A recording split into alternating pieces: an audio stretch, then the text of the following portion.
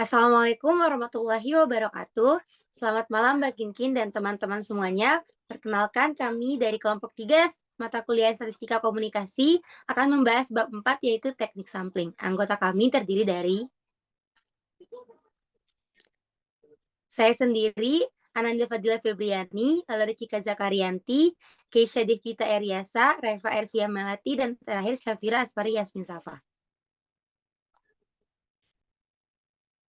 Nah, yang pertama, apa sih itu teknik sampling? Teknik sampling merupakan bagian dari metode statistika yang penting karena di dalamnya diulas tentang cara pengambilan sampel yang representatif. Dalam statistika sendiri maupun di dalam kehidupan sehari-hari, sampel memegang peran penting karena banyak membantu pengambilan kesimpulan untuk banyak kasus. Bila mana tidak cukup waktu tersedia untuk mengambil semua data yang ada di populasi,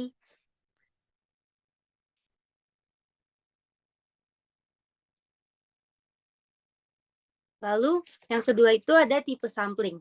Nah, secara garis besar, metode penarikan sampel dapat dipilah menjadi dua, yaitu pemilihan sampel dari populasi secara acak atau random atau probability sampling, dan pemilihan sampel dari populasi secara tidak acak atau non-random atau non-probability sampling. Nah, pada probability sampling atau sampel acak, semua elemen populasi mempunyai peluang tertentu untuk terpilih. Sedangkan pada non-random sampling, pengetahuan pribadi dan opini digunakan sebagai dasar pemilihan sampel sehingga tidak semua elemen populasi mempunyai peluang untuk terpilih. Nah, dari pemilihan kedua prosedur sampling tersebut terlihat di dalam bagan yang ada di PPT. Yang pertama itu teknik sampling dibagi menjadi dua. Yang pertama probabilitas yang terdiri dari acak sederhana, yang kedua sistematik sampling, yang ketiga berstrata, dan yang terakhir berkelompok atau cluster.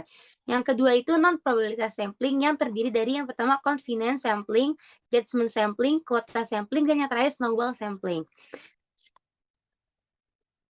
Next. Nah, lalu ada probability sampling atau sampling probabilitas.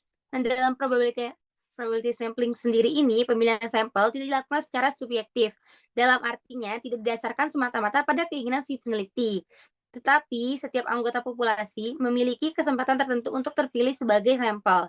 Pada pengambilan sampel acak, kita mengetahui setiap elemen populasi berpeluang terpilih menjadi sampel. Nah, dengan begitu, kita bisa menilai dengan objektif pendudukan karakteristik populasi yang diperoleh dari sampel. Ada beberapa jenis sampel acak, yaitu sampel acak sederhana, sampel sistematik, sampel strata, dan terakhir sampel cluster. Selanjutnya akan dijelaskan oleh rekan saya. Baik, selanjutnya adalah sampling acak sederhana. Dalam penerapan teknik penarikan sampel acak sederhana ini, setiap elemen populasi mempunyai peluang yang sama untuk terpilih menjadi sampel. Untuk populasi yang terbatas dan ukurannya kecil, proses pengambilan sampel acak sederhana relatif lebih mudah. Namun, kebalikannya, semakin besarnya populasi, proses pengambilan sampel secara sederhana menjadi semakin rumit. Misalnya dalam populasi terbatas, kita dapat menuliskan nomor setiap anggota pada secari kertas kecil dan ditempatkan pada suatu wadah, lalu mengambil secara acak. Atau metode lain juga bisa digunakan dengan tabel acak atau menggunakan komputer untuk mendapatkan angka yang acak. Selanjutnya adalah sampling sistematik. Penarikan sampel sistematik merupakan pengambilan setiap unsur ke K dalam populasi untuk dijadikan sampel. Titik awal pengambilan ditentukan secara acak di antara K unsur pertama pada acak di antara K unsur pertama. Pada penarikan sampel jenis ini, elemen dipilih dari populasi dengan interval yang sama menurut waktu, urutan, dan ruangan. Sampel sistematik sangat mudah diperoleh dan banyak digunakan dengan menganggap seolah-olah merupakan sampel acak sederhana. Namun, sampel sistematik berbeda dengan sampel acak sederhana. Walaupun setiap elemen mempunyai peluang yang sama untuk terpilih, tetapi setiap gugus sampel tidak mempunyai peluang yang sama untuk dipilih.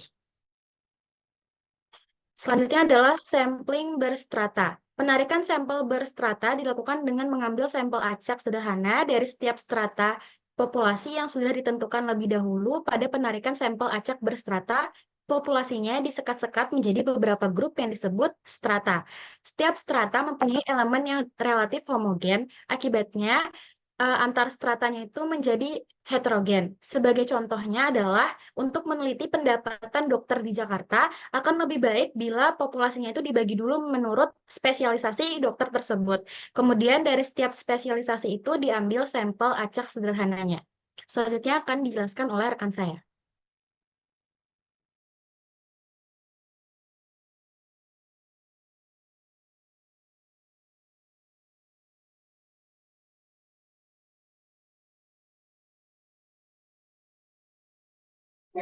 Oke, selanjutnya adalah sampling cluster. Sampling cluster ini adalah pengambilan sejumlah kelompok yang dipilih secara acak dari populasi dan kemudian mengambil sebagian atau seluruh elemen dari setiap kelompok yang dipilih sebagai sampel. Nah, metode ini efisien dalam hal biaya untuk penelitian yang melibatkan populasi yang tersebar luas. Sebaliknya, jika populasi terbagi dalam kelompok yang variasinya kecil, metode sampel berstrata lebih cocok digunakan. Boleh di next?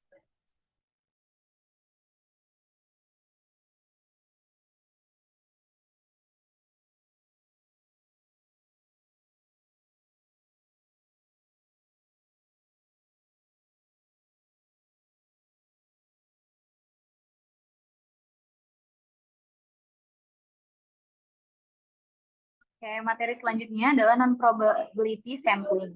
Nah, penarikan sampel ini secara tak acak dikembangkan untuk mengatasi masalah dalam teknik penarikan sampel secara acak, terutama untuk mengurangi biaya dan masalah pembuatan kerangka sampel. Namun, hasil dari metode ini seringkali cenderung bias. Nah, beberapa metode dari non-probability sampling yang sering digunakan antara lain adalah convenience, judgment, quota, dan snowball sampling. But the next.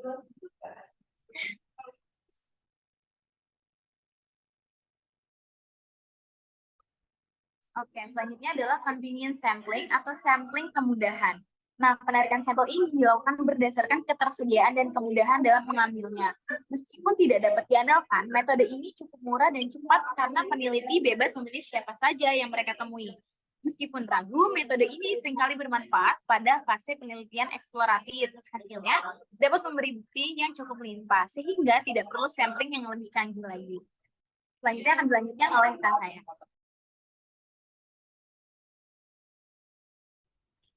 Oke, selanjutnya ada judgment sampling. Teknik ini mengambil sampel berdasarkan kriteria yang telah mengalami perumusan terlebih dahulu oleh peneliti. Dalam perumusan kriterianya, subjektivitas dan pengalaman peneliti sangat berperan. Selanjutnya, boleh di next.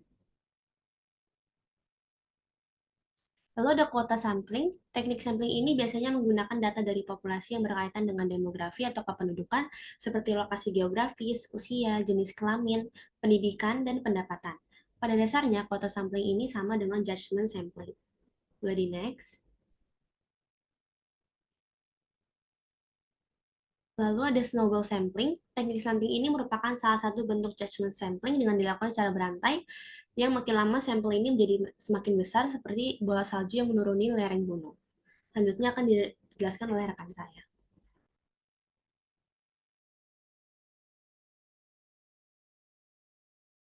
Selanjutnya ada distribusi sampling.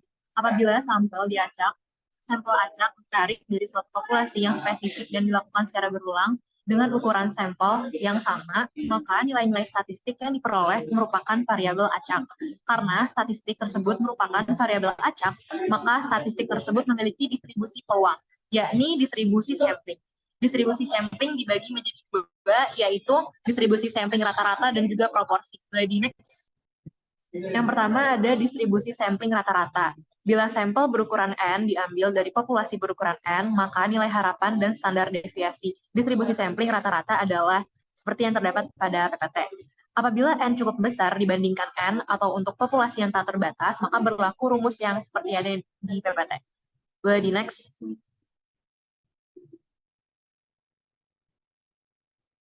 Selanjutnya ada distribusi sampling proporsi. Misalkan dalam populasi berukuran N terdapat peristiwa S banyak X, maka proporsi parameter E adalah P sama dengan X per N. Bila diambil sampel berukuran N dari populasi tersebut, maka statistik proporsi P akan mengikuti distribusi binomial. Bila N besar dan N cukup besar dibanding N, maka distribusi sampling P bisa didekati dengan distribusi normal. Boleh di next.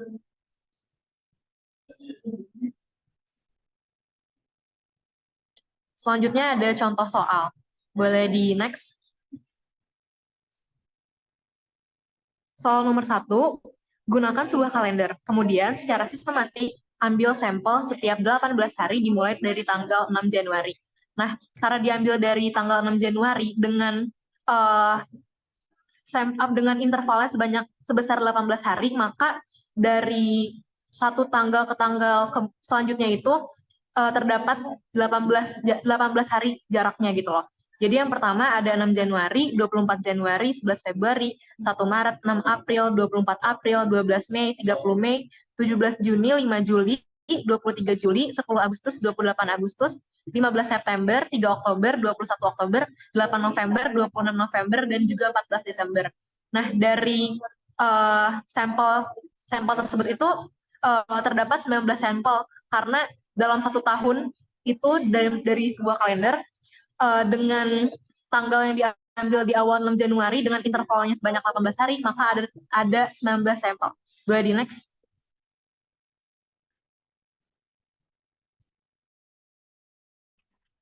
Nah, berikutnya soal nomor 2.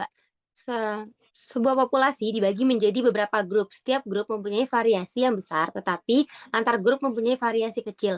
Bila Anda akan menarik sampel dari populasi tersebut, teknik mana yang Anda gunakan?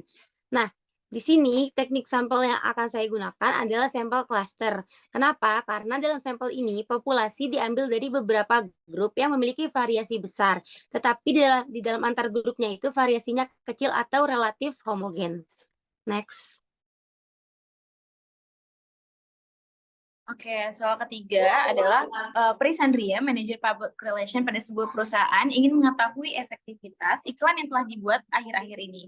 Untuk itu, dia mengambil buku telepon untuk menghubungi konsumen secara acak. Sebaiknya teknik sampling apa yang dilakukannya? Nah, untuk menjawab soal seperti ini, kita pakai permisalan. Jadi, misalkan banyaknya konsumen yang tertera di dalam buku telepon sebanyak 60 orang. Dan misalnya manajer Prisandria ini mau ambil sampelnya itu sebanyak 20 orang saja gitu. Jadi teknik sampling yang dilakukan menurut kami adalah teknik systematic sampling, yaitu suatu metode untuk mengambil sampel berdasarkan suatu pola yang didapat dengan menggunakan suatu interval atau jarak tertentu secara teratur pada pola sampel tersebut. Jadi di sini permisalannya K sama dengan N besar per N kecil. Nah, K di sini berarti 60 per 20, yaitu 3. Nah, 3 ini adalah intervalnya. Maka sampel yang didapat adalah konsumen nomor urut 2, 5, 8, 11, 14, 17, 20, 23, 26, 29, 22, 25, 28, 31, 34, 37, 40, 43, dan 46. Jadi perbedaannya itu atau jaraknya itu ada 3. Boleh di next.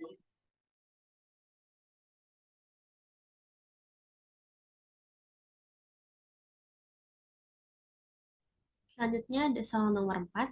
Seorang manajer produksi pada sebuah perusahaan manufaktur harus yakin bahwa produknya tidak ada yang cacat sehingga layak jual. Selama ini, faktor terbesar yang membuat sebuah produk cacat adalah kerusakan mesin. Untuk mengetahui kapan mesin diperbaiki atau tidak, indikasinya dilihat dari jumlah produk yang cacat. Karena tidak mungkin memeriksa setiap produk, maka dilakukan sampling. Teknik mana yang lebih baik? Nah, menurut kelompok kami, teknik sampling yang tepat adalah sampling non-probability. Teknik ini dilakukan secara terperinci melalui karakteristik atau produk yang cacat dan dapat mengurangi biaya karena kerugian yang telah dicapai karena kerusakan pada mesin dan kecacatan pada produk tersebut. Lagi next.